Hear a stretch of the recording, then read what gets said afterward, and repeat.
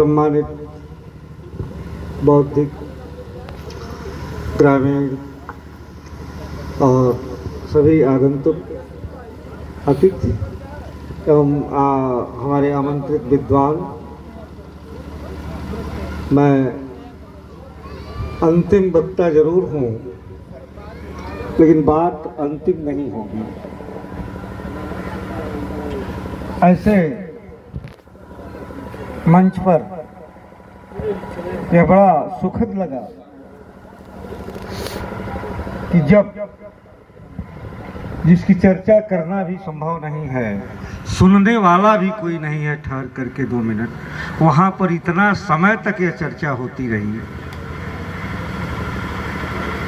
कि हम किस सम्मोहन में भागे जा रहे हैं।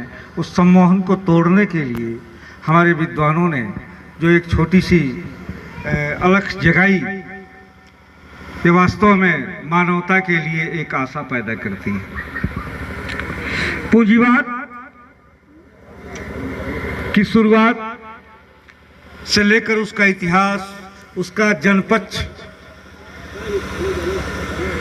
उसका आगे चल करके किस तरह से वही सामंतवाद से मुक्त दिलाने वाली पूंजीवाद सामंतवाद में बदल रही है, इस बात को उद्धव जी ने बात की शुरू की। मनोज सिंह जी ने टेक्नोलॉजी जो पूंजीवाद की एक उपज है, वह प्रोडक्ट है, और उस बहाने, उस अस्त्र के बहाने किस तरह से उस सामंतवाद का विस्तार कर रही है। अगले क्रम में अजय सिंह ने और चतुरानंद जी ने पूंजीवाद, लोकतंत्र और साहित्य के रिश्ते को जोड़ा। कुसुम जी ने उसे विज्ञान का पुट दे करके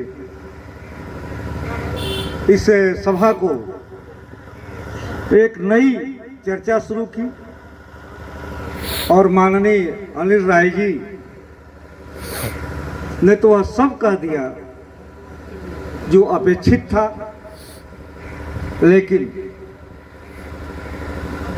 मुझे इस कार्यक्रम में पूंजीवाद, समाजवाद, सामंतवाद और चेतना पर जो आकर बात खत्म होती है, तो कोई भी वाद हो, कोई भी इजाद हो, कोई भी साहित्य हो या तंत्र हो, उसकी शुरुआत मनुष्य से होती है, मनुष्य के लिए होती है। इसलिए मनुष्य को बचाना जरूरी है। आज हम पपेट बनते जा रहे हैं, खतरा यह है हम मनुष्य होने के अपने बोध को खो रहे हैं, खतरा यह है हम चले जा रहे हैं एक भीड़ में, आंख मूंदे क्यों जा रहे हैं हमें पता नहीं। इसकी शुरुआत समाज से पहले अपने घर से करनी होगी, क्योंकि मनुष्य नहीं रहेगा तो ये टेक्नोलॉजी नहीं रहेगी। शुरुआत मनुष्य के लिए ही हुआ था, लेकिन मनुष्य का सबसे बड़ा एक जो प्रवृत्ति होती है वर्चस्व, जो बाइबिल में पहले आती है। 2 बेटे पैदा होते हैं और बाइबिल की कथा है कि वो जो है दुग्धपान जब बड़े छोटे बेटे को कराती है तो बड़ा बेटा पत्थर से मार दे जाता है। ये वर्चस्व की जो बात है, हर क्रांति को ला करके सामंत में बदल देती है। चाहे वो जिस सोवियत संघ को कम्युनिज्म का कहा जा रहा है, चाहे वो चीन हो, चाहे भारत हो, हर क्रांति अंतिम में जाकर के सामंतवाद और वर्चस्ववाद में बदलती है। उसी तरह यह तकनीक और ये पूंजीवाद भी जाकर के आज हमें वर्चस्व में लेने की कोशिश कर रहा है। बहुत सारी एकेडमिक बातें होती रहती हैं, लेकिन मैं थोड़ा सा जमीन का याद, मैं देख रहा हूं हमारे बगल में खेत है, खेत जिसका भी हो, लेकिन खेत उसका रह नहीं गया है, क्योंकि बीज भी उसका नहीं है, उस कीटनाशक भी नहीं है, उसमें पानी जो दे रहा है वो भी डीजल कंपनी, जो एक स्पेशल कंपनी का डीजल है, वो किर्लोस्कर इंजन, ट्रैक्टर, रोटावेटर सारा जो है एक जगह से रिमोट कंट्रोल हो रहा है इस जमीन का। ये भ्रम में पड़े हुए हो कि जमीन तुम्हारी है। एक दिन मैं 3-4 दिन मैं ज़्यादा समय ले रहा हूँ, हालांकि सब लोग उब रहे हैं, मैं अंतिम वक्ता इसलिए हूँ।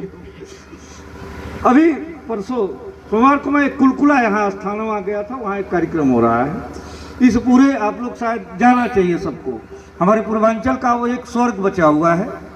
एक स्वर्ग तो हम हसदेव जंगल के रूप में अपने आत्मघाती कदम उठाते हुए अपने सांस लेने का जो हसदेव जंगल जो आधे भारत को सांस देता है उसको कट रहा है, हमें चिंता नहीं है। यानी हम आत्महत्या कर रहे हैं, हमें चिंता नहीं है, खुद सा विकास हो रहा है। ठीक उसी तरह देवरिया जिले में और कुशीनगर के बॉर्डर पर कुलकुला स्थान है। 3 ऐतिहासिक नदियों से घिरा हुआ एक छोटा सा जंगल है, एक देवी का स्थान है। मजेदार बात है कि उस देवी के स्थान में पारंपरिक रूप से मिट्टी की पिंडी है, अब तक कुछ बदला नहीं। मैं तीसरी बार वहाँ इसी साल जा चुका, इसी वजह से। अंदर जब गया तो वहाँ लोक देवी एक है, सियरही देवी। तो वहाँ पर लोग अपना तांत्रिक कार्यक्रम कर्मकांड जो भी करते हैं, वहाँ भी कुछ नहीं है, केवल एक पेड़ है और मिट्टी। वहाँ एक आदमी मिल गए, उन्होंने कहा कि हम आप आए हुए हैं, लग रहा है बाहर से, हम कहीं आए हुए हैं, आते यहाँ विकास नहीं होता। ईजा कम से कम एक कमरा बन जाए तो रोड ईजा ले आ जाए और रोड यहाँ तक आ जाता तो ईजा का विकास हो जाए। ये विकास का जो नशा सम्मोहन है, मैंने कहा आप आत्महत्या करना चाहते हो, जिस दिन विकास होगा वहां तुम यहाँ नहीं आ पाओगे, यहाँ टिकट लगेगा, यहाँ किसी बड़े कारपोरेट का माल बनेगा, वह पूजा का सामान बेचेगा और आप जो है यहाँ इसमें जिस तरह सो रहे हैं, लाठी लेकर घूम रहे हैं, आप नहीं घूम पाओगे। यह बात प्रत्यक्ष है। विश्वनाथ कॉरिडोर में जो सैकड़ों पीढ़ियों से वहां बेचते आ रहे थे भभूत, वो नहीं है। दाल मंडी की 10,000 टूट रही, 10,000 दुकानें टूट रही हैं, वो नहीं है। कामाख्या कॉरिडोर में जो 7-7 पीढ़ियों से 10वीं शताब्दी से वो इतिहास बताते हैं, वो नहीं है।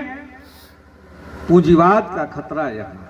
हमें अच्छा लग रहा है, हम सारे दर्शनार्थी, हमारे ख्याल से बहुत सारे लोग बैठे हुए, सबको ये कहते हुए हम सुनते हैं कि विश्वनाथ जी बहुत बढ़िया बन गए, कामाख्या विंध्याचल बहुत बढ़िया बन गए। उनको यह भी बोध नहीं है कि वो है ही नहीं।